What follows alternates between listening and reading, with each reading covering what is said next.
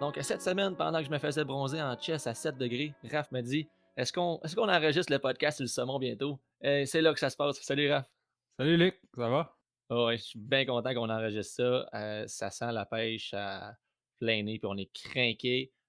Craqué pour le saumon en début de saison. Certainement, on a des gros contenus, du gros contenu sur la pêche au saumon. Donc, on va diviser ça en trois, je pense. Ouais, parce que c'est beaucoup trop d'informations en un podcast. Puis la pêche au saumon, oui, on peut rendre ça très général, mais quand on se concentre sur différents moments de la saison, excuse-moi, j'ai de la misère. Exemple, le début de la saison, le milieu de la saison, plus en période d'étiage, puis l'automne, c'est trois types de pêche complètement différents. Donc, ça va être intéressant d'analyser ça. Ah oui, c'est vrai qu'il y a des bonnes différences, donc ça va être vraiment cool. On va faire ça, tu sais, que mettons qu'on parle un peu de ce qui se passe aujourd'hui, ça va un peu pourquoi pêcher en début de saison. On va parler d'équipement, puis après ça, tu nous enlignes ça avec des stratégies. Je pense que tu as passé pas mal de temps à te concentrer sur la pêche au saumon dans ta vie. Ouais, c'est probablement le poisson que je connais le plus. Auparavant, j'habitais à Québec, fait que c'était très accessible pour moi d'aller en Gaspésie, une fin de semaine, puis, d'aller pêcher. Fait que j'ai passé beaucoup de journées, sur les rivières à saumon. Ouais, tu avais l'air d'un gars qui y allait relativement souvent. On va aussi avoir une nouveauté au podcast. Hey, ça, c'est hot. Pour ceux qui ne le savent pas, Carl et Phil, qui sont les membres fondateurs de l'école Codal, ils ont fait de l'impro en masse dans leur vie. Ils ont fait toutes sortes d'affaires. Ils ont fait tellement d'animations. Puis là, ils nous ont enregistré des capsules qui s'appellent C'est tout aussi ça. Donc, présentement, on a quoi, une 9 d'enregistrés? Ouais, c'était malade. En fait, j'ai passé une soirée avec eux autres, puis c'était tous des one take, ils étaient tellement bons.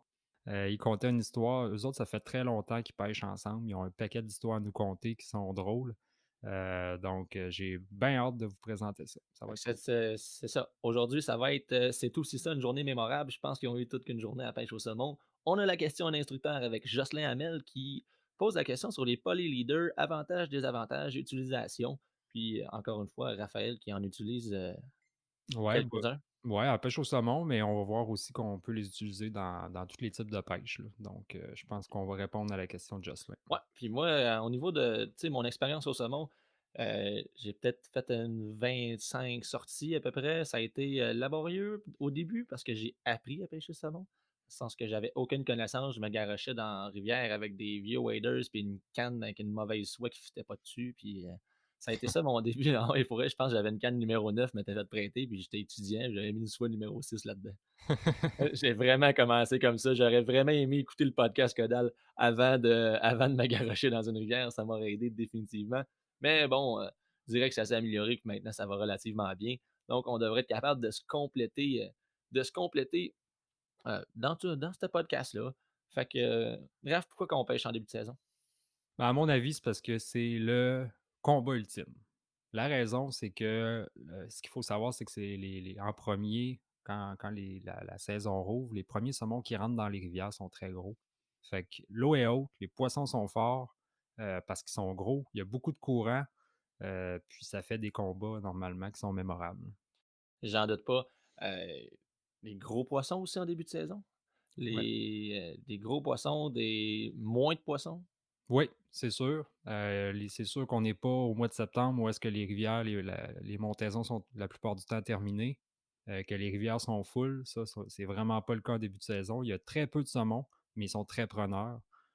Donc, c'est plus de la chasse que de la pêche. Cool. As-tu déjà fait une belle pêche en début de saison? Oui, oui, Ah oui? Ah oui? Oui, absolument. Ah, ouais. tu le droit, là, tu 1 minute et demie pour me rendre. Ah ouais, on veut le savoir.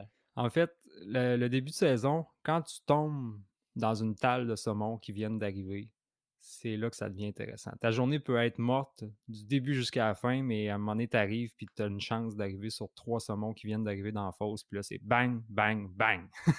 Ouais, j'ai vécu ça aussi avec mon frère, puis l'année passée, j'étais allé avec Francis Valiquette sur la York et mon frère, puis ça ressemblait à ça, puis tout a commencé à mon frère qui dit: «Hey, je pense que j'ai vu un saumon, un flash, un roulé là-bas, je suis pas trop sûr», puis c'était sa première journée au saumon et on lui a fait confiance, on est allé là, on a pas regretté. Très cool, puis on va retenir ce que tu viens de dire, puis on va en parler plus loin, mais un saumon qui flash ou qui roule, on va en parler plus loin dans le podcast. Bon, parfait, puis on parle des saumons qui font des triples backflips aussi, donc on va parler de ça. Donc pour vrai, c'est on s'attend à pêcher des grosses journées. Au Ouais, début de saison, on s'attend à pêcher, le matin tôt jusqu'au soir tard, faire beaucoup de lancers, ouais. C'est un puis, bon point, puis ce que tu dis là, les journées sont très, très longues en début de saison. Juste avant le podcast, j'ai sorti les heures de coucher de soleil puis de le lever du soleil, juste pour être certain que j'étais précis. Exemple, le 1er juin, quand que la plupart des rivières rouvrent, le soleil se lève à 4h30 à 4h55 le matin, puis il se couche à 8h30 le soir. La pêche au saumon, tu as le droit de pêcher 1 heure avant puis 1 heure après. bonne Imagine la journée. ah oui, 2 wake up et un café gris. Puis, tellement que ça va finir. Donc, lecture de rivière qui est un petit peu plus compliquée aussi parce que l'eau est plus haute, mais ça vaut la peine. Regarde, on fonce pas dedans. Ce qu'on va faire aujourd'hui, c'est on parle d'équipement. Comme ça, on va savoir avec quel équipement, s'enligner, puis je pense que tu vas faire des liens avec ça, avec la stratégie. Ben, tu m'as expliqué ça avant le podcast vite fait, mais c'est toi le je Ouais. te laisse aller avec ça. Ben, en fait, comme on a dit, on va vous présenter 3 podcasts. Le premier qu'on fait aujourd'hui, c'est sur les conditions en début de saison. On va en faire un, comme on a dit tantôt, sur le milieu de l'été ou en période d'étiage, puis l'automne. Puis vous allez voir que les équipements, les techniques de pêche, la stratégie, pour moi, est complètement différente. Puis c'est probablement ça qui va faire le succès d'un saumonnier, c'est d'être capable de s'adapter face aux conditions qu'on affronte, puis de jamais garder la même recette. Hey, ça, j'aime ça, ce que tu viens de dire là, puis je pense qu'on pourrait même appliquer ça dans un concept de pêche en général, puis c'est quelque chose que, je suis témoin beaucoup sur les rivières à saumon. On c'est pas tout le temps la même affaire, là, à toutes les fois, là. Non, exactement. Puis, on va quand même pour l'équipement, je pense que j'ai plusieurs certitudes dans ce que je vais dire. Pour les stratégies, chacun a ses propres stratégies, surtout dans la pêche au saumon. C'est un poisson qui ne s'alimente pas, puis qui arrive en rivière, puis on déclenche un réflexe plutôt que de le faire, qui s'alimente, là. Ah oui. Donc, chacun a ses propres théories. Moi, je vous donne ce que j'ai, selon mon bagage d'expérience. Vous en faites ce que vous voulez. Mais j'ai quand même, de l'expérience pour dire que ça fonctionne. Ah, c'est parfait, puis moi, ma stratégie au saumon, c'est de faire comme Raph. C'est facile. D'écouter. «Hey Raph, tu ferais quoi toi?» «OK, on va faire ça». Puis ça va être ça, c'est ça ma stratégie, mais j'apporterai quelques points aussi de l'expérience que j'ai. Donc, début de saison, je me garoche dans la rivière, 1er juin, j'ai beaucoup d'eau, je prends quoi comme canne? Ben, tu as beaucoup d'eau. En fait, ça fait un lien avec un podcast qu'on a enregistré, dernièrement. Les cannes de spé, là, il faut s'en servir. C'est là qu'ils ont leur utilité. On va pêcher dans de l'eau qui est haute. On va souvent pêcher dans des distances qui sont un peu plus grandes. Si on a de l'eau haute puis qu'on rentre dans la rivière, normalement, on va être proche des berges où est-ce qu'il y a des arbres. Fait que ça va être très difficile de lancer, de faire voyager notre soie dans les airs parce qu'elle risque de se prendre dans les arbres en arrière. Fait que la canne de spé, tant qu'à moi, sortez-les. C'est là qu'il faut utiliser votre canne. OK, parfait. Donc là, on a parlé de, tu sais, c'est des gros poissons en début de saison, on a plus d'eau, on a des plus gros combats. On l'a dit, est-ce que je prends le plus grosse canne? Absolument. Si vous ne pêchez pas à spé, ben, prenez une canne à une main, mais la canne à une main, normalement, je vous conseille de peut-être augmenter d'un calibre de ce que vous utilisez normalement. Moi, personnellement, quand je pêche, la plupart du temps, dans tout le long de la saison, je pêche avec une canne numéro 8. Mais en début de saison, c'est pas rare que je vais utiliser une canne numéro 9 parce que souvent, je vais utiliser des bas de ligne calants, des soies calantes selon le niveau de l'eau. On va reparler plus loin des soies. Mais effectivement, là, puis aussi le poisson est plus fort. Fait que pour combattre le poisson, je vous conseille fortement d'avoir une canne qui est plus robuste un peu pour avoir plus de puissance. Effectivement, c'est l'année passée, tu m'avais conseillé ça, j'ai pris ma numéro 9 et j'ai vraiment pas regretté. Mmh. Ça m'a permis justement de sortir des bas de ligne de l'eau, de combattre aussi, puis étant donné que j'ai pris un grill d'au moins 5 livres, ça a pas été trop utile, là. Tout qu'un Mais monstre. ouais, mais ça mais regarde, je l'avais. Au moins, j'étais prêt, tu sais. Début de saison, normalement, que c'est les plus gros saumons qui rentrent, puis là, je m'en vais là, puis je suis content. J'ai un poisson, j'ai en avoir un bon, pète un grill. J'ai dit: «Non, c'est pas ça le but!» Parenthèse, moi, je dois être le seul pêcheur au monde qui a été sur la Cascapédia, pêcher un grill de 2,5 livres. Bravo, hein?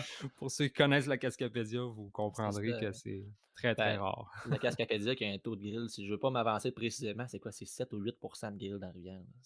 Je sais pas, mais c'est surtout des très, très gros poissons qu'on retrouve, là, de la grosse Surtout en début de génétique. saison. Ouais, fait que Fait que c'était bien drôle. ouais, mais c'est pour ça. C'est ça qui est empaillé sur ton mur en arrière, là. Ouais, tu le vois? Ouais, ouais, c'est Tu en le vois? plein ça. Il est pas gros, là, mais Je le vois pareil. Donc, quand on grossit les setups, vous avez des can space, c'est le temps de les sortir. Donc, puis, après ça, ben là, tu sais, plus grosse canne, plus grosse toute, plus gros ouais. bowling, j'imagine? Ouais, ben, tu sais, premièrement, je vous ai parlé des soies qu'on utilise. Soie flottante, oui, vous pouvez utiliser des soies flottantes, mais je vous conseille aussi d'aller vers les soies qui vont être plongeantes, là, des bas de ligne calants. Hem, je vous conseille toujours de vérifier la réglementation au niveau des ZEC ou des gestionnaires de rivières à saumon parce que des fois, ils ont des règlements plus spécifiques pour la rivière que les règlements généraux pour le Québec. C'est ça d'ailleurs quand que j'en parle aux gens, que ce soit Facebook, internet, podcast, à cause des réglementations qui changent selon les gestionnaires de rivière ou des EC, j'essaie de pas trop m'avancer ces règlements parce que ça change beaucoup, donc renseignez-vous. Admettons qu'on a le droit là, d'aller dans du câlin. Heu, Premièrement, il y a 2 options. Vous pouvez aller avec un bas de ligne, un poly-leader justement qu'on va parler un peu plus dans le tête-à-tête avec un instructeur. Tête Il à y a la tête avec Jocelyn Hamel. avec Jocelyn Puis Hamel. Donc, vous pouvez utiliser des poly-leaders ou des bas de ligne qui vont être calants. Selon le niveau de l'eau, plus que le niveau de l'eau est élevé, plus que le débit est rapide, plus que vous augmentez la densité de votre bas de ligne. Donc, c'est relativement simple. Puis vous pouvez utiliser aussi des soies qui vont être calants. Des soies avec un bout calant, par exemple, de 15 pieds ou même 30 pieds selon les conditions. est-ce que tu en utilises personnellement? Euh, je- Uniquement en début de saison, mais il faut être prudent parce que dans les dernières années, on a eu des conditions d'ouverture avec de l'eau déjà très basse. OK, ouais, fait que c'était Fait moins que, utile, là. Ça prend vraiment beaucoup d'eau, peut-être des pêcheurs qui vont faire comme, de la restigouche, mettons, là. L'autre, ça va ouais, le tu sais, encore là, c'est jamais des généralités qu'on va expliquer, c'est des conditions, là. Fait que si vous arrivez en début de saison, puis que l'eau est basse, puis qu'elle est chaude, ben, oubliez tout ce qu'on vient de dire aujourd'hui. Là, on parle que normalement, en début de saison, l'eau est haute parce qu'avec la crue des eaux printanières, ça a fait en sorte que l'eau est plus haute, mais des fois, on a plus d'avance dans la saison, puis on arrive à l'ouverture, puis crime, l'eau est déjà basse. Fait que, mais dans mon attirail, dans mon sac à dos, dans mon char, si je m'en vais pêcher en début de saison, je pourrais me traîner des bas de ligne qui sont calants si j'ai le droit, puis, avoir une soie qui pourrait être calante, ça pourrait même être utile. absolument, ouais. Donc ça, c'est à avoir dans notre attirail. Fait que après le podcast, commandez-vous ça tout de suite. Ouais, tout de suite. Fait Puis, que c'est au niveau de la soie calante, ce que ça va permettre ou le bowling calant, ça va surtout ralentir la mouche.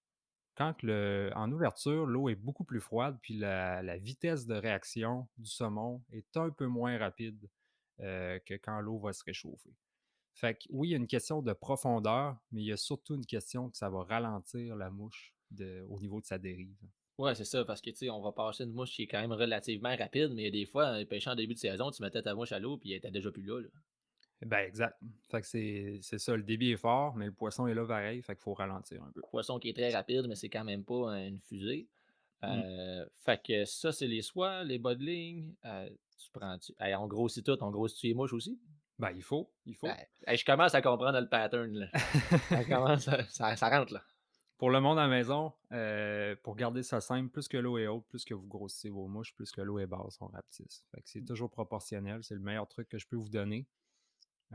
C'est quoi une grosse mouche? Une grosse mouche pour moi, c'est numéro 2, numéro 1-0, numéro 2-0. Ça commence à être du gros stock. OK. Fait que pour moi, quand l'eau est très haute, c'est le genre de mouche que je vais utiliser pendant ma journée. On peut même aussi aller dans des mouches en tube de cuivre, aussi qui vont être relativement lourdes, qui vont permettre de ralentir aussi puis de pêcher un petit peu plus profond. Donc, c'est le genre de mouche que j'ai dans mon coffre en début de saison. Ça paye, ça. Puis tu les mêmes patterns que l'été? T'es-tu toi, les mouches, c'est souvent personnel. Moi, j'ai tendance à mettre j'aime ça le flash en début de saison. Ouais, ben, je pense que c'est un bon truc. Heu, il faut se mettre en condition que l'eau est brouillée. Fait que si l'eau est brouillée, par la bande, je vais utiliser des couleurs un peu plus visibles. Donc, le chartreuse, le jaune, ça peut être même le le orange, voyons, crime, ça va pas bien, je cherche mes Ben, couleurs. au moins, tu connais 3 couleurs, c'est bon. C'est bon. Quand même, c'est pas tout le monde qui connaît 3 couleurs. Puis, Donc, fait que, tenez-vous-en avec des couleurs qui sont plus visibles, plus avec beaucoup de contraste. Si je peux vous donner des suggestions de mouches qui me viennent en tête rapidement, une mouche que j'adore en début de saison, la Renou spéciale, peut-être un peu moins connue du monde, mais c'est une mouche qui a beaucoup de couleurs dessus, là. Rose fluo, vert fluo, du jaune, bref, tout un cocktail de couleurs de printanier, là. un cocktail de couleur printanier. Hey, tu fais-tu des Printanier, drinks? printanière. Tu veux-tu me faire un drink de couleur printanier, s'il te plaît? Raphaël, mixologue. Ouais, mixologue. C'est Heu, parfait. Mais elle est donc vraiment à cause, moi, je suis là. ouais, Renou spécial, la pompier, très, très bonne mouche de début de saison. Je l'utilise tout le temps de l'année, mais la pompier en début de saison est efficace. Une mouche aussi, l'inventeur, Claude Bousquet, Saranac Ghost, qui est très, Ouais. très, très, très bon. Donc moi, c'est mes 3 mouches, mon trio de départ, de l'année, là, c'est ça.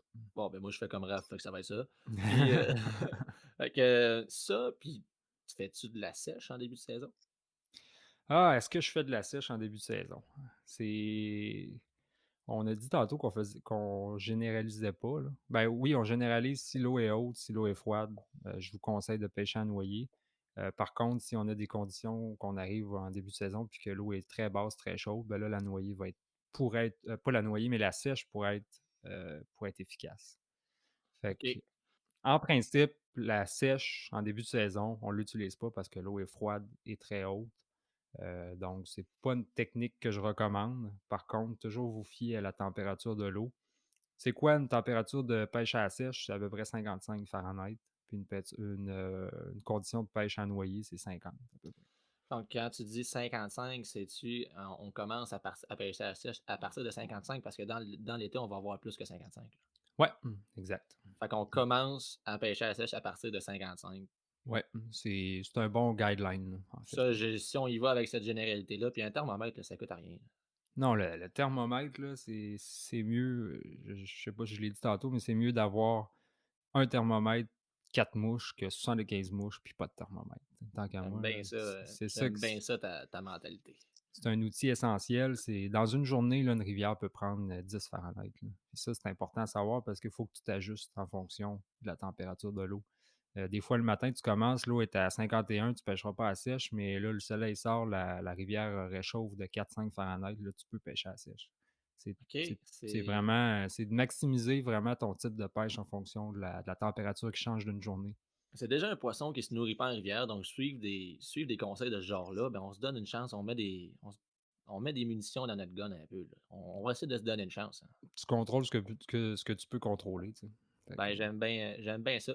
Tantôt, tu as dit quelque chose qui m'a un peu, tu sais, on a parlé des longues journées tantôt, là. mmh On a parlé des longues journées, puis ça m'a allumé dans mon cerveau. Je me suis dit, tu sais, on est-tu vraiment capable d'être efficace pendant 1 heure avant le coucher du soleil, 1 heure avant, puis 1 heure après, là, ça fait comme une journée de pêche de 14 heures. Ouais. Je pense que ça dépend des tempéraments de pêcheurs, ça dépend de l'habileté du pêcheur. Quelqu'un qui va commencer, puis qui a une technique plus ou moins efficace de lancer, je pense que ça va être très difficile de pêcher une journée de temps. Il va probablement se brûler plus rapidement qu'un pêcheur que ça fait longtemps qu'il pêche puis qui a une bonne technique. Même, je pense, si tu pêches à aspect versus une canne à une main, la canne de spé te fatigue pas mal moins à la fin de la journée qu'une canne à une main. En principe. En Ça, principe. c'est vraiment quelque chose qui vient me chercher. Souvent, quand que je suis à la pêche, je pense en termes de rendement. Comment je vais faire pour être efficace pendant plus longtemps? Souvent, je me dis, si je suis capable de pêcher sur du poisson, que je fais une bonne lecture, que j'ai amené mon thermomètre, puis que je vais prendre, j'ai un choix entre une main, deux mains, là, je prends ma spé, mais ça va me permettre de pêcher 1 heure et demie de plus en étant concentré à 100%. Mais cette heure et demie-là, c'est ça qui fait la différence des fois entre hey, t'en as-tu pris, toi, non, puis l'autre, il a pêché 1 heure et demie de plus concentré. Il y a une différence entre pêcher et pêcher concentré et efficace. Ouais, puis les chances de prendre un saumon sont pas énormes d'une journée. Si vous êtes pas concentré quand l'opportunité arrive, je pense que vous êtes pas plus avancé. Vous êtes Ouais. mieux d'arrêter de pêcher. Ça t'es-tu déjà arrivé d'être un peu fatigué, un peu dans l'une, puis t'as un poisson qui fait sa mouche, puis ça marche pas? Un peu, ouais. Un peu, ouais, hein. Là, des fois, ça fait 6-7 heures que tu es là, puis tu commences à être un peu saucisse, Ouais, puis là, si tu fais un lancer, tu es pas trop concentré, paf! Là, tu étais pas là. too late. Tu étais pas là, puis tu es comme: «Hey, sérieux?» On était allés à Chute, à York, moi puis un Ouais, de mes chums, v'là 3 ans. Puis, justement, il pêchait. Il venait de s'acheter une Switch, puis il dit: «Je vais essayer». Il faisait comme des rollcasts à la roche, puis là, il se déplace en regardant ailleurs. On était fatigués, on n'avait pas trop dormi. On avait décidé de dormir à quelque part dans le char. Finalement, il y avait à moitié des mouches de la Gaspésie dans le pick-up. Puis, ah non, c'était dégueulasse pour vrai, là. On n'avait pas trop dormi. Puis, justement, il regardait pas, puis là, c'est juste moi qui étais en haut sur le petit balcon, puis qui crie: «Faire! Faire! Faire!» Puis là, pendant qu'il regardait dans le ciel, sa mouche est tombée morte dans le fond, puis il y a un saumon qui est venu la chercher. wow, Il était pas trop là pantoute, puis là, il me regarde, il dit: «C'est sûr que j'avais pas le saumon?» Je dis: «Non seulement tu avais le saumon, mais tu avais le plus gros de la fosse». Juste parce qu'il regardait pas. Hey, on va dire le vrai mot, il était en tabarnak. Puis, fait que soyez attentifs, peut-être que si on n'avait pas dormi dans le pick-up avec les mouches, qu'on serait arrêté de dormir dans le jour, ça serait pas arrivé. Ouais, donc soyez concentrés, c'est ça la morale de l'histoire. Soyez concentrés, Hem, puis aussi pour on vu que si mettons moi je suis pas capable là, pêcher pendant, tout ce temps-là, je pêche quand? ben, concentre-toi dans les moments clés de la journée. Tant qu'à moi, le matin puis le soir, c'est des moments qui sont plus propices à des fenêtres d'activité, là, si Donc on je peut veux dire. être là pendant le lever, puis être là pendant le coucher. Ben, tu sais, moi, pas me lever le matin au saumon, je sens que je viens de perdre ma journée, Parlerait à des guides, on parlerait à des pêcheurs, le lever du soleil là, ça paye. ça C'est paye, ouais, puis tu sais, en fait, là, je compte je compte sur mes doigts les saumons que j'ai pris à la 1re drop le matin. Par contre, souvent, ça me permet de me positionner dans une fosse, puis de la pêcher une première fois, la pêcher une deuxième fois, puis des fois refaire une troisième passe vraiment dans le prime time, qui est comme vraiment quand le soleil se lève, puis qu'il y a une transition de température qui embarque, là. Souvent, c'est là que ça se passe. C'est pas nécessairement à la première drop le matin, mais c'est souvent comme 1 heure après le lever du soleil. Puis souvent, ben, au moins, tu es déjà sur la fosse. Tu l'as pêché 2, 3 fois, tu t'es habitué à l'environnement. Puis la troisième passe est souvent plus efficace vu que tu connais plus les courants. Puis... ouais, puis j'ajouterais que ce que ça m'a permis, souvent dans des rivières que je connais moins, on a souvent les saumons en commençant la journée là, qui vont avoir tendance à bouger ou à faire de l'action. Souvent, on est Ouais, capable de les repérer ou de les voir. Puis ça, juste ça, ben, ça me permet de localiser précisément où est-ce que je pourrais avoir du saumon. Donc, ouais, si je le sais pas, mais après ça, je le sais. ouais, Donc, plus tard dans la journée, une autre fois, je me dis: «OK, là, le courant que je pensais qu'il est là avec la roche, là, ils sont collés direct en arrière». Donc, ça te permet d'avoir une dérive qui est bien plus à la bonne place après. ouais. Quand on parlait de rester concentré, c'est de rester concentré aux signes d'activité du saumon aussi. À la pêche, en début de saison, le saumon est en mouvement. À cause que l'eau est haute, l'eau est froide, les conditions sont toutes là pour qu'il puisse bouger de fosse en fosse rapidement. Un saumon qui rentre dans une fosse, normalement, si vous observez le pied d'une fosse, il va souvent rouler quand il arrive. Il va rouler, ça veut dire qu'il vient voir la surface? Quand il rentre dans la fosse, je ne sais pas pourquoi il fait ça, malheureusement, mais souvent, tu vas voir un dos rouler dans le pied, vraiment loin dans le pied de la fosse. Ça, souvent, c'est un signe que le saumon il vient d'arriver dans la fosse. Le meilleur conseil que je peux vous donner, quand vous voyez ça, restez le plus confiant possible. Prenez une pause d'à peu près 3, 4, 5 minutes, puis faites une pause, puis souvent, c'est Ces comme saumons-là sont preneurs. 70% du temps, il va se passer quelque Je te chose. dirais qu'en début de saison, là, je pêche beaucoup de pieds de fosse. Ouais.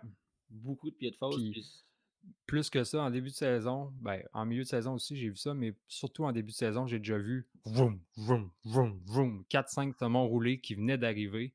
Puis je me rappelle une journée, c'est à Sainte-Marguerite, il y a 2 ans. Ça a été, il y avait 4 pêcheurs sur 3 premières drops se sont accrochés. il Fait était qu'ils frais, puis il était ils devaient preneur, puis, c'est ça, et les saumons, ils passaient là, ils ont peut-être arrêté là 1 heure, mais le moment où est-ce qu'ils arrêtent sont très preneurs, puis ça f s'agit juste de les trouver, en fait. ouais, c'est juste de les trouver, puis c'est trouver du saumon en début de saison dans des pieds de pieds de fosse. L'eau est plus haute, fait que où est-ce qu'on est habitué que le pied de fosse, il est là? Souvent, je pêche encore plus loin que où ce que je pense qu'il y a le pied de fosse, puis, je m'en sors, Ouais, c'est ça, ça fait partie des ajustements qu'il faut faire, c'est la fosse s'agrandit, puis le saumon, il se tient pas en même place que si l'eau était super basse. ouais, c'est en Très plein ça. C'est un méchant bon point. Fait que ça aussi, ben, où pêcher, on vient de le mentionner, on parle de ça aussi, où pêcher, on en a mentionné une partie. Donc, ça va, Mmh. on voyage vite. T'as-tu tendance à pêcher selon les rivières ou des secteurs plus aval, plus amont de la rivière? Ça, j'ai réfléchi à cette question-là avant l'enregistrement du podcast, puis ça dépend tellement des rivières.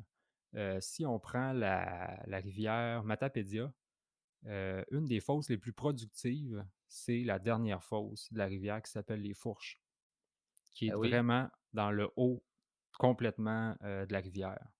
Puis si tu prends des rivières comme la York, les fosses qui sont super productives, secteur 2, secteur 3, secteur 4. Bonaventure en bas, tu sais, Bonaventure en bas. Fait que c'est pas des généralités. Le meilleur conseil que je peux vous donner, c'est vous informer au monde qui connaissent la rivière. Puis souvent, c'est les mêmes fosses qui vont revenir ou est-ce qu'ils vont garder du saumon en début de saison. ouais, Fait puis que le monde du saumon, c'est de plus en plus ouvert. Je pense qu'on a une ancienne génération où plutôt les gens avaient tendance à se refermer, ils voulaient pas trop dire leur spot. C'est pas arrivé dans ma vie que je demande pas à des gens puis que j'aille pas des bons conseils. non, exactement. Puis de toute façon, vous allez le voir avec le nombre de chars par Ouais, fosse. ça c'est Ça, c'est un bon indice. posez pas de questions, là, il y a pas des bien souvent, il y a pas des chars là pour rien. Donc, si je peux résumer votre stratégie de pêche, ben, concentrez-vous aux bonnes heures. Faites un plan de match sur votre journée à l'avance de quand est-ce que vous allez pêcher. Euh, Imposez-vous des pauses. Mangez. C'est important à manger. Oui, manger. Mangez, prenez des breaks. Puis quand vous embarquez sur la rivière, assurez-vous que vous êtes concentré au maximum. Hem, Puis, prospecter, quand je vous parlais de vous informer, de savoir où est-ce qu'ils sont les saumons, prospecter. Prenez une journée avant si vous avez l'occasion, puis promenez-vous sur le bord de la rivière, puis allez voir s'il y a des signes d'activité pour prévoir votre journée du lendemain. Effectivement, puis tu parles de signes d'activité. C'est quelque chose qui a rapporté du succès de mon côté, c'est de faire un plan de match, mais d'être capable de modifier mon plan de match en fonction des signes d'activité. Euh, Ouais. L'année passée, à York, là, on prenait pas de saumon dans notre journée si on n'écoutait pas mon frère qui était à sa première journée de saumon, qui a vu un saumon rouler dans les pieds de fosse. Mmh. Si on l'écoutait pas, on l'a vu, puis là, tu sais, tu disais, hey, c'est sa première journée, il a vu de quoi bouger dans l'eau, tu sais quoi qu'il a vu, là, tu sais. Fait que là, on a Mmh. fait comme garde, on va y aller. Puis 2 passes de suite, pris un, manqué un, puis mon chum Francis Valiquette qui prend son premier grand saumon à sa première journée. Wow! Fait que c'est ça parce qu'on a écouté, mon frère il était attentif, il était là, puis même en y allant, il s'est planté dans la rivière, c'était parfait. Puis, puis la mouche, justement, la mouche qui est verte avec l'aile blanche que je te parle, qui est la 200 mètres papillon, on Oui. l'a baptisé parce que Louis s'est planté dans la rivière puis OK. il nageait vraiment en papillon. Fait qu'il nageait à contre-courant avec sa canne, puis comme s'il faisait du papillon, fait que la mouche, on l'a appelée la 200 mètres papillon. Heu, Puis justement, il y a des journées qui sont exceptionnelles. Je viens d'y aller avec une histoire. Avez-vous envie qu'on y aille avec Carl et Phil avec une chronique, c'est aussi ça? Je pense que ce serait le bon moment, Luc. OK, showtime, let's go, Carl et Phil. C'est parti. Te souviens-tu, Phil, des journées mémorables? Genre, tu sais, quand on avait été dans le secteur 11 de la York, à Gaspé. Ouais, ouais, la truite. Exact. Ouais. Un secteur de remise à l'eau où pas grand monde allait, mais nous autres, ça faisait notre affaire parce que c'est tranquille comme secteur, puis on avait fait bien de la route. Exact. Puis là, t'arrives là, c'est une fosse, t'es tranquille, t'as la fosse à toi tout seul. Une petite marche à faire, là, Ouais, mais ouais. c'est le fun. C'est, tu montes en haut de la montagne, tu vois la rivière en bas, c'est super beau. T'arrives là, Tu t'installes. puis ouais, faut que tu t'installes. Tu sais, le hamac, le petit bivouac, la petite bouffe, on se fait quelque chose de sympathique. Ouais. Mais Puis ça restait notre première journée de séjour, fait que ça restait. Effectivement. T'es quand même. Mais moi, j'étais craqué, puis toi, t'étais fatigué. Ouais, fatigué de la route, tu sais, j'avais trouvé ça rough. Souvent, je pense qu'on avait pris mon véhicule, puis c'est manuel, mon véhicule, puis toi, t'aimes moins ça conduire manuel. Ah, c'est le fun que t'en parles devant tout le monde. Je dis ça, Ah, je j'ai trouve d'autres ça qualités. moins le fun, je trouve juste que t'es mauvais dans la conduction manuelle, Oui. mais il n'y a pas trop de trouble avec ça. Fait que Ouais. là, on pêche, on envoie des saumons, là, tu sais. Fait que je pêche, puis là, je vois une coupe de saumon dans le pied, puis je commence à les pêcher, puis je réussis à prendre un grill. Il est venu comme une bombe. Il a tellement attaqué ma mouche. C'était mon gol. Mon moulinet, je sais pas si tu te souviens, dans ce temps-là, le frein avait explosé. J'avais plus de moulinet. Je paumais, là. Oui. Tu sais, c'était complètement fou. Ouais, je me rappelle, j'étais allé un peu plus loin, moi, parce que moi, une fosse, des fois, j'ai de la misère à rester dedans. Puis là, tu me sifflais Ah ça. oui, c'est vrai, j'avais un sifflet de sécurité. Puis là, Oui. je sifflais comme un fou, comme si j'étais en train de mourir. Oui, très sécuritaire. Exactement. Là, j'arrive en fou, en panique. Je me dis, mon chum, il est parti dans la rivière ou c'est dangereux pour la rivière. Là. Fait que... Fait que là, je ramène le grill, je suis tout content, une belle photo, on remet ça à l'eau. Là, moi, comme ma job est faite un peu, le chef file, il y a plein de saumons ici, de pêche là. Fait que moi, pendant ce temps-là, je vais aller relaxer, je vais me coucher dans la hamac. Non, mais c'est ça que t'avais fait en arrivant. C'est ça qui me. Ah oui, c'est ça. Je filais de même. Fait que tu tu sais. retournes te coucher. Fait que là, moi, je suis craqué. Ben oui. Je dis que mes saumons sont actifs. Fait que je me mets dessus à pêcher en fou. Là. Pendant peut-être 1 heure et demie, là, j'ai pas arrêté. Là. Pas de break. Là. Alors, moi, je ronflais ça, j'étais bien. Ouais. Je me réveille à un moment donné, je m'étire, je vois Philippe, je Tu te réveilles regarde pas, Philippe. t'hiberner, tu ressembles à un ours. Là, là tu t'étires, tu te grattes. Là, je te vois à l'autre bout. Là. Me grattait le chest. T'es même pas venu me rejoindre. Je pense que t'as pris le spot d'eau le plus près du hamac. Qui Oh, ouais, existait. j'étais un peu vache, là, fait que j'ai pas marché beaucoup, là. J'ai tiré un petit peu ma soie. Bang! Un saumon, un lancé, un saumon. Ah ouais, ben 15-16 il livres. était beau, celle-là. Hein. Ah oui, un gros Puis saumon. un bon fight, là. C'était incroyable. Là, tu sais, j'avais l'impression d'avoir été super efficace. Je m'étais reposé, j'avais pris 2 saumons, puis j'étais bien, tu sais. Fait que t'es retourné, te... Me recoucher. Fait que moi, j'ai continué à pêcher comme un enragé parce que là, j'étais sûr, tu sais, ça y est, c'est facile, nous avons la recette, nous avons trouvé la mouche, tout est bon, 0. Ah, fort balle. Je pense que j'ai pris une truite dans la Ouais. fosse La Truite, parce que ça s'appelait de même. On était venu pour ça, je pense. Ça, c'est un classique. Non, on est Ah. allé pour le saumon, mon fil. Ah, ok, c'est vrai, je pensais. Ben, Rappelle me le écoute, dire. tu m'as fait la barbe une couple de fois aussi, là, mais tu sais, t'en souviens-tu la fois, là, comme une couple de saumon, 23 lancés, là? Ah, une fois, c'est à Saint-Jean, là. Ah Ouais. Ouais, j'ai fait un petit exploit, là, quand même. Après ouais, 3 saumons en 23 lancés, mais en arrêtant de pêcher pendant 6 heures pour aller chercher de la poutine à mon chum. J'ai eu le temps d'aller chercher de la poutine, ça c'est à la rivière Saint-Jean à Gaspé. J'étais revenu, puis je pense que j'avais eu pitié de toi à la fin de la journée, puis t'étais épuisé. Puis là, Mais j'avais quand fait- les saumons sont on, là, tu sais, Ouais. ça motive en tabarouette, là, tu te dis, aïe, il se fait 2 qui prend, là, je vais réussir à en prendre, Ouais. ça va être mon tour. Ben non. Non, parce qu'il nous est déjà arrivé là, d'avoir un saumon en 6 jours, là, Ça- 5 jours, rien pantoute, là, puis on n'est pas mieux que les autres, là, c'est ça le saumon, là. Ah, c'est des choses qui arrivent. Mais là, cette fois-là, là, t'avais vraiment cartonné. Puis des beaux saumons en plus. Hey, c'est parfait cette histoire-là. Donc, le résumé de l'histoire, achetez-vous un hamac, puis faites comme Carl, dormez sur le bord de la fosse, puis attendez, puis faites la passe à vos chums. C'est la morale de cette histoire, c'est en plein ça. Euh, Peut-être avant qu'on passe à la question d'instructeur, on y va-tu avec un petit dernier point étant donné que l'eau est haute? Ouais, je pense que c'est important de parler de sécurité aussi. Fait que souvent, la pêche au saumon, on est porté à avoir besoin de traverser la rivière. Si l'eau est haute, premièrement, si vous ne vous sentez pas à l'aise, faites-le pas. Si vous vous sentez à l'aise de le faire, ben, essayez toujours de planifier de traverser un endroit qui est sécuritaire pour que si les pieds vous partent, que vous ne tombez pas dans une place qui va être plus profond dans le bas. Fait que peut-être traverser dans des pieds de fosse ou dans des places où est-ce que vous savez que c'est tout simplement plus sécuritaire. Ouais, et si vous êtes un peu cowboy comme moi, ben je le sais que je vais avoir envie de traverser pareil, ben j'ai une veste de sauvetage dans mon sac puis je la porte. Ouais, Fait c'est que, c'est un bon point. c'est en plein ça. Donc, question d'instructeur qui va très bien qui va très bien compléter notre capsule saumon aujourd'hui avec Jocelyn Hamel. D'ailleurs, Jocelyn, ça fait longtemps que je suis tes mouches, puis d'après moi, on a un style qui est semblable au niveau de ce qui est poisson à pas. C'est vraiment cool. J'aime bien tes mouches. Les polyleaders. Ouais. On est comment. C'est quoi cette affaire-là? Tu pêches-tu avec ça? Ben oui, parce que je fais comme toi. Oui, je pêche avec ça. Je trouve que ça permet vraiment d'avoir une mouche qui se déploie bien, là. Ouais.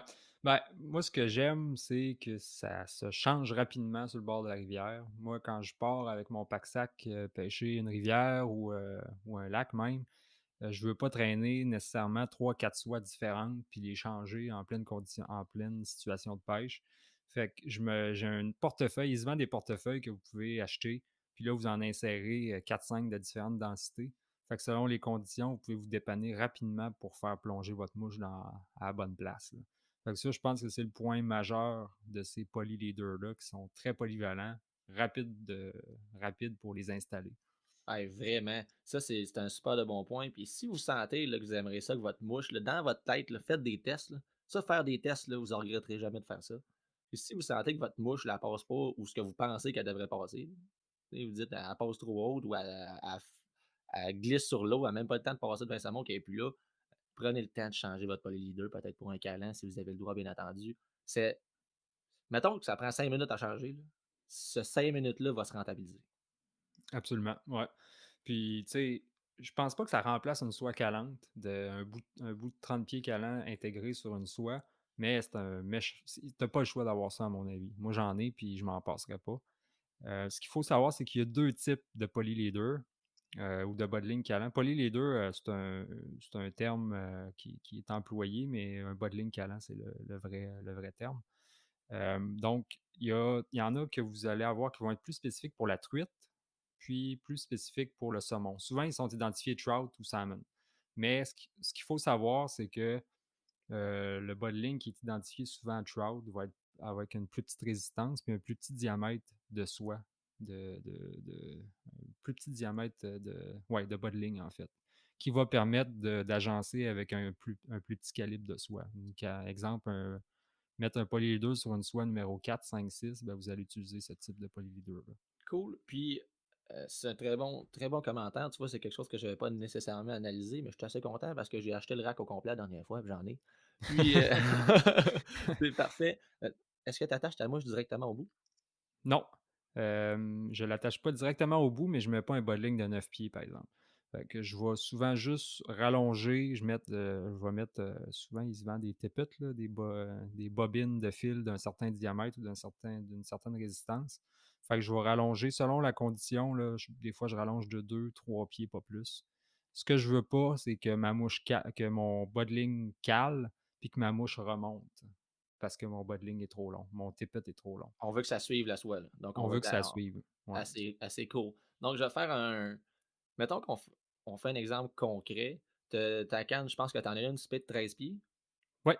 Tu as ta canne, tu es en début de saison, puis tu as un autre qui est haute. Ouais. Ta split de 13 pieds, ton polyleader, ça serait quoi? C'est-tu un 4 pieds, un 6 pieds, un 12 pieds? La plupart du temps, ça va être entre 10 et 15 pieds, mon polyleader. OK. Puis ça va être plus qu'intermédiaire. Je te dirais soit un slow sinking ou un fast sinking, là, selon les conditions, selon la vitesse de courant. Fait que c'est pas de fosse en fosse, ça peut être différent, puis je vais l'ajuster en fonction OK. de la rivière. Oui, absolument. Puis ça, c'est une généralité que tu viens de proposer. Puis si je te ferais faire la même généralité pour une canne à une main pour les gens qui ne pêchent pas spé. Ouais, ben souvent, tantôt, j'ai présenté les 2 types. Ceux-là qui sont plus prévus pour la truite ou les plus petits poissons, puis l'autre qui est plus prévu pour les gros poissons ou les cannes de plus gros calibre. Souvent, il n'y a pas énormément de choix au niveau de la longueur, mais ceux-là, pour les exemples, la truite, vont être de 7 pieds et demi. Puis ceux-là, pour les calibres de cannes plus élevés, comme exemple le saumon, ça va être plus du 10 pieds ou du 12 pieds, là. Fait que la longueur, souvent, on n'a pas tant l'option que ça, là. OK. Fait que tu irais quand même avec un polyleader qui va être. Moi, j'en ai, c'est des 9 pieds, c'est ça que je mettais. Mettais un Mhm. 9 pieds, puis je rajoutais souvent un bout de 2 pieds de tépette là, au bout de ça. Ouais, 2, 3 pieds, facile. Ça ressemblait à ça. Donc, ça peut vous donner une idée de base. Maintenant que vous avez l'idée de base, faites des tests à la maison, déplacez vos mouches. Puis aussi, nous, on est très ouverts à avoir vos commentaires par rapport à ça. Il y a plusieurs personnes qui ont des types de bas de ligne. Si vous avez envie d'en parler, écrivez-nous, on va jaser de ça. Puis, écrivez aussi vos autres questions. Peut-être que ce podcast-là vous a donné d'autres idées de questions. Donc, sur la page Facebook de Codal, encore une fois, on écrit les questions. Puis, pêchez le saumon en eau haute parce que c'est des combats de fous, c'est des gros poissons, c'est hot. C'est le défi. Ah non, c'est le défi. Puis en plus, on est craqué raide au début de saison. Là. On a le goût de pêcher, fait qu'il faut pêcher. Ouais, c'est une formalité. Donc, amusez-vous, puis montrez-nous nos photos de poissons. Donc, dans les prochains podcasts Codal, ce qui s'en vient, on va matcher ça avec ce qui se passe dans notre début de saison. Là, on est en enregistrement, puis on sait qu'il va se passer des beaux événements. Fait qu'on on vous arrive avec de quoi de cool pour les prochains. Puis, bonne semaine, merci de votre écoute.